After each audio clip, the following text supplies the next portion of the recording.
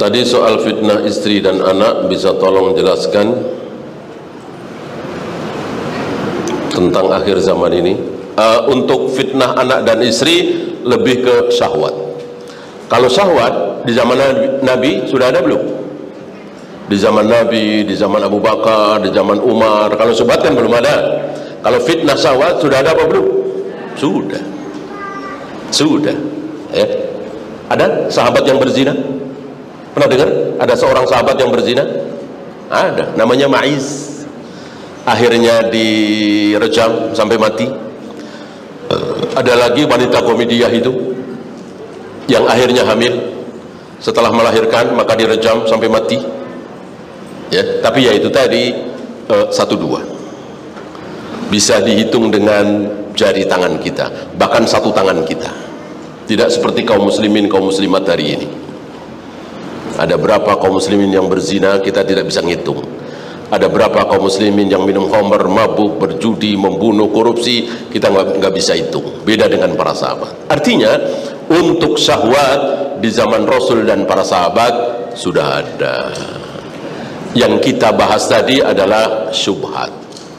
Kalau syubhat sekali lagi baru muncul setelah apa tadi? Setelah Umar terbunuh. Maka Abu Dzar meriwayatkan apa yang disabdakan oleh Nabi tentang Umar, yaitu Umar qaflul fitnah. Umar adalah gemboknya fitnah. Jadi fitnah itu digembok oleh Umar. Selagi Umar masih hidup, fitnah itu belum muncul. Fitnah apa? Syubhat, bukan syahwat. Kalau syahwat sudah ada. Nah, kembali ke pertanyaan tadi, apakah anak dan istri itu fitnah, syubhat, apa syahwat? Tentu syahwat. Berapa banyak suami yang jujur, amanah, lugu, tidak neko-neko, tapi karena hasutan istri, rayuan istri, rengekan istri, akhirnya korupsi, akhirnya menipu, akhirnya mencuri. Itu bukan satu dua. Karena terfitnah oleh anak dan istri sehingga berbuat maksiat. Ya, tentu dua-duanya adalah tipuan iblis. Tapi yaitu tadi, iblis lebih menyukai apa tadi? Lebih menyukai apa tadi? Syubhat daripada syahwat. Ya.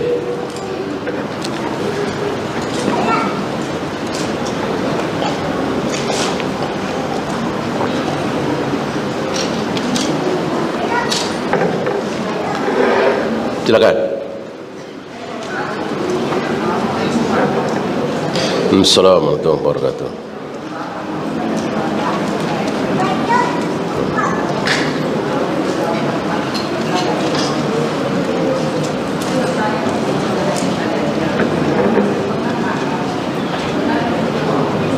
Enggak ada wireless, agak keras Bu, biar kedengeran.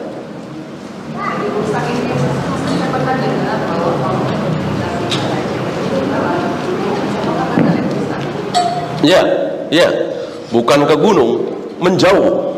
Kalau engkau mendengar Dajjal muncul di barat, larilah ke timur. Kalau engkau mendengar Dajjal sedang ada di timur, larilah ke barat. Artinya menjauhlah dari Dajjal. Karena fitnah itu memang harus kita jauhi. Jangan sampai kita menantang. Ada kekeliruan sebagian kaum muslimin nantang-nantang. Ya kalau jadi baik, teman-temannya baik, wajar. Yang bagus itu menjadi baik di tengah-tengah pemabuk, pelacur, penjudi, baru hebat. Lalu dia sengaja berada di tengah-tengah para pemabuk, pezina, penjudi. Tentu ini salah besar dan sombong.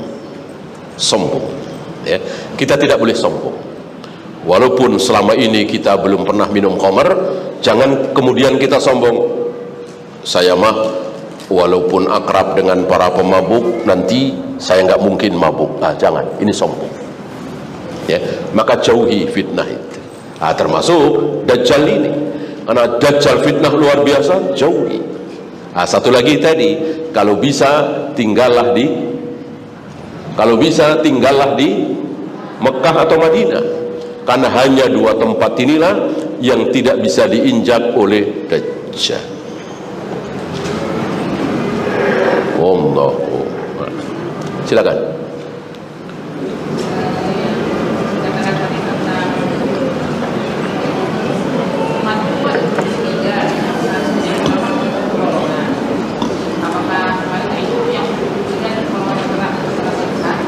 Apakah yang 72 terkena subhat?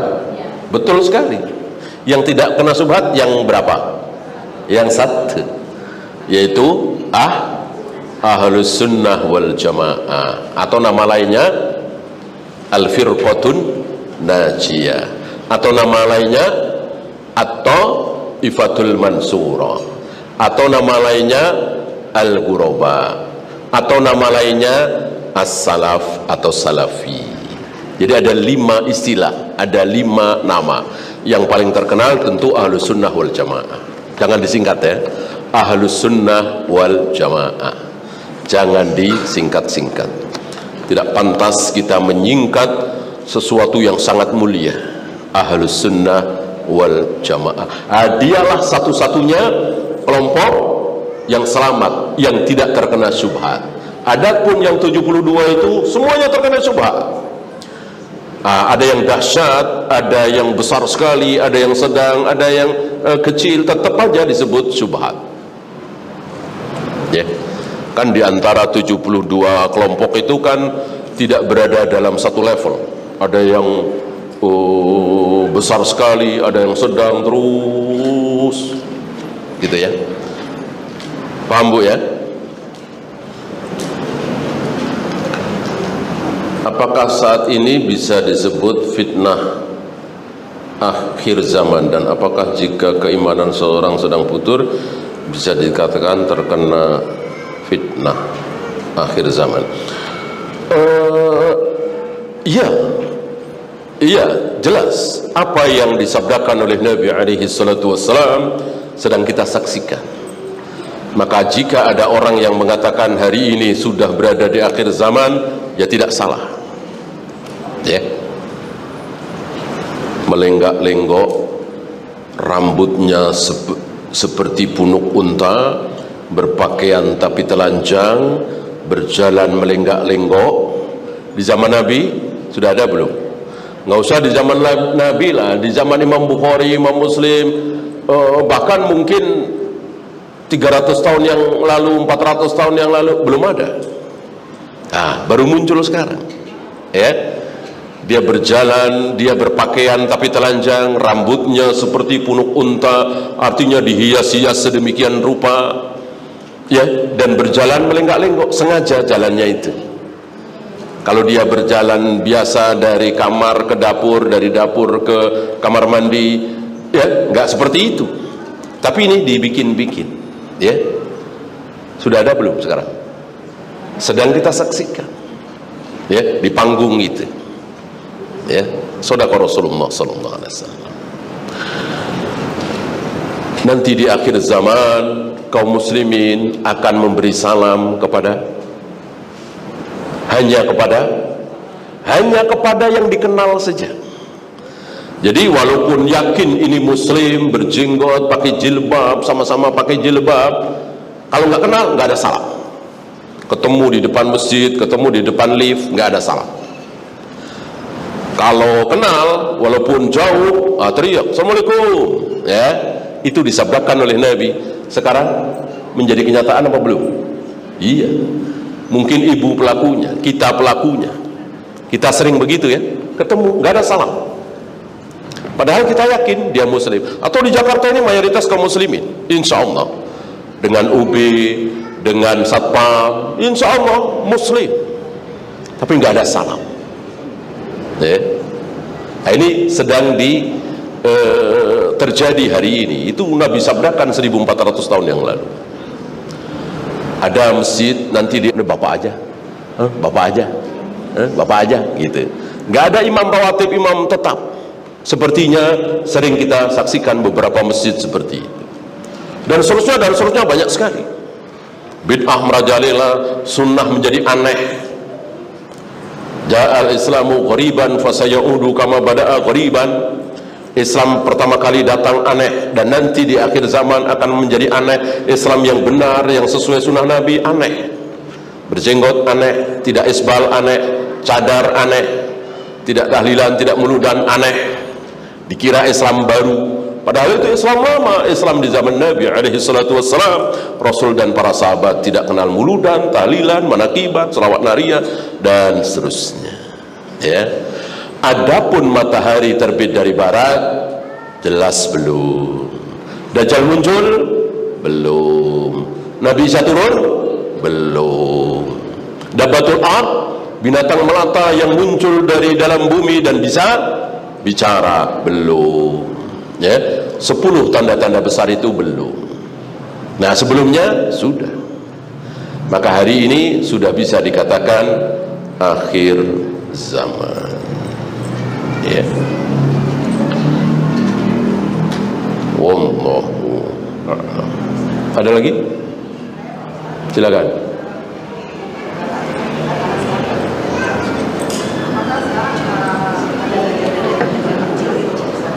Oh ya, menarik nih. Ya. Penjelasan tadi kurang lengkap ya. Nabi mengatakan ad-dajjalun al-kadzibun. Dajjal pendusta. Ad-dajjaluna bentuk jamak. Berarti bukan cuma satu. Yang kita bahas tadi itu dajjal terbesar di akhir zaman. Sebelum muncul dajjal terakhir itu, muncul dajjal yang lebih kecil. Berapa jumlahnya?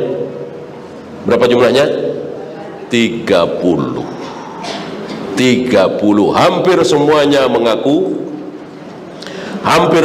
mengaku nabi. Maka mengatakan Mirza Ghulam Ahmad adalah dajjal, betul. Musailamah al-Kadzab adalah dajjal. Talaiha al-Ansi adalah dajjal, termasuk para pemalsu hadis.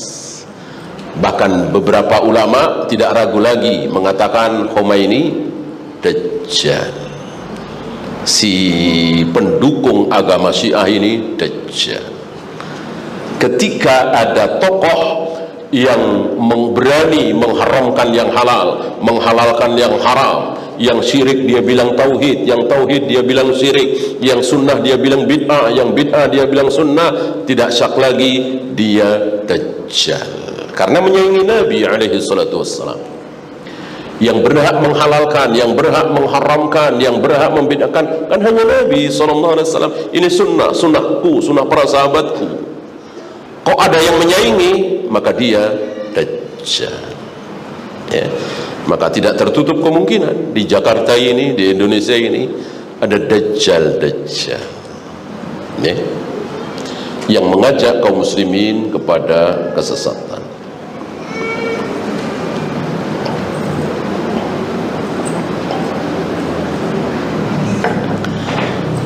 Ada lagi?